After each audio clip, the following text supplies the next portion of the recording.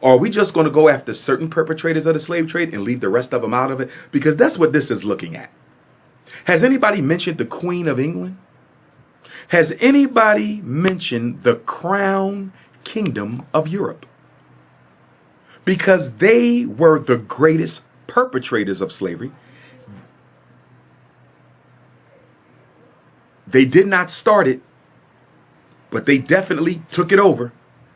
They were the greatest enslavers. Do you know that the British Crown once owned 25% of the world's population? I don't think you all get this.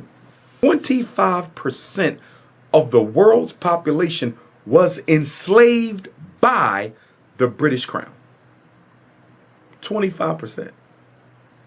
And they controlled at least as much territory as they did people. So 25% of the people on the planet and at least 25% of the land on the planet was owned by that small little island nation called England.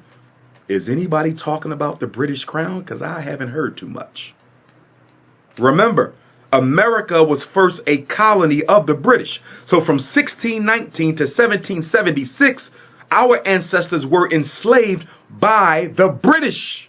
I haven't heard no conversation. If we're going to absolve some people of their role in this, then let's just stop.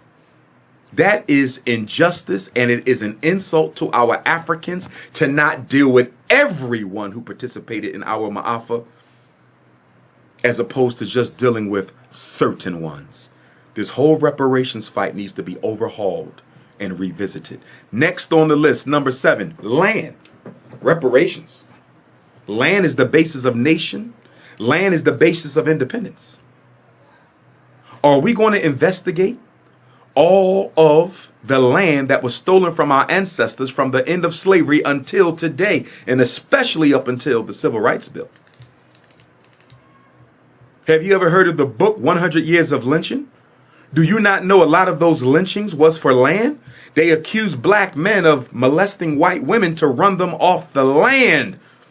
They hung black men so they could take their land. A lot of the lynchings were done for land. I don't hear anybody talking about the reclamation of lands that black people owed that were illegally stolen from us, excuse me. If we're not talking about the reclamation of land, I don't know what type of hocus pocus bootleg reparations fight we plan on putting forth. Next up, control of resources. America has natural resources. She has gold, she has oil, she has iron, she has water, she has natural resources that she trades on the open market. We get a percentage. If we're 12% of the country, we probably get 12% or more. I don't want to undercut us, of all monies made by America's natural resources. That's right. The benefit that America will receive from the enslavement of African people will never expire. The benefit that America will receive from the enslavement of African people will never expire. The benefit that America will receive from the enslavement of African people will never expire. And as such, our restitution should likewise never expire. There should never come a time where we say, we used our reparations up. How can you use your reparations up when a country that enslaved you can never use up the benefit that they receive as a result of your enslavement? America will always be great because of the enslavement of African people. She is who she is because of the enslavement of African people.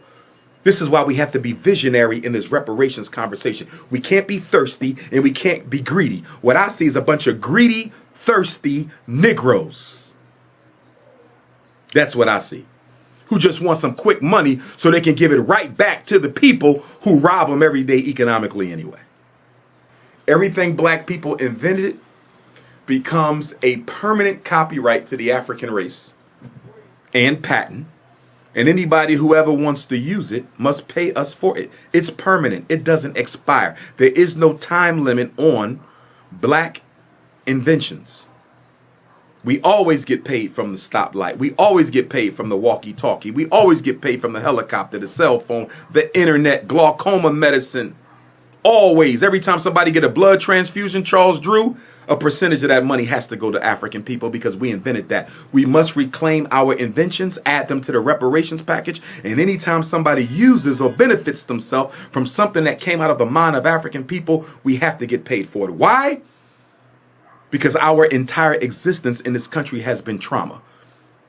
And the fact that God would still give us the ingenuity, the intellectual ingenuity to produce and manifest from our consciousness those inventions that we came up with.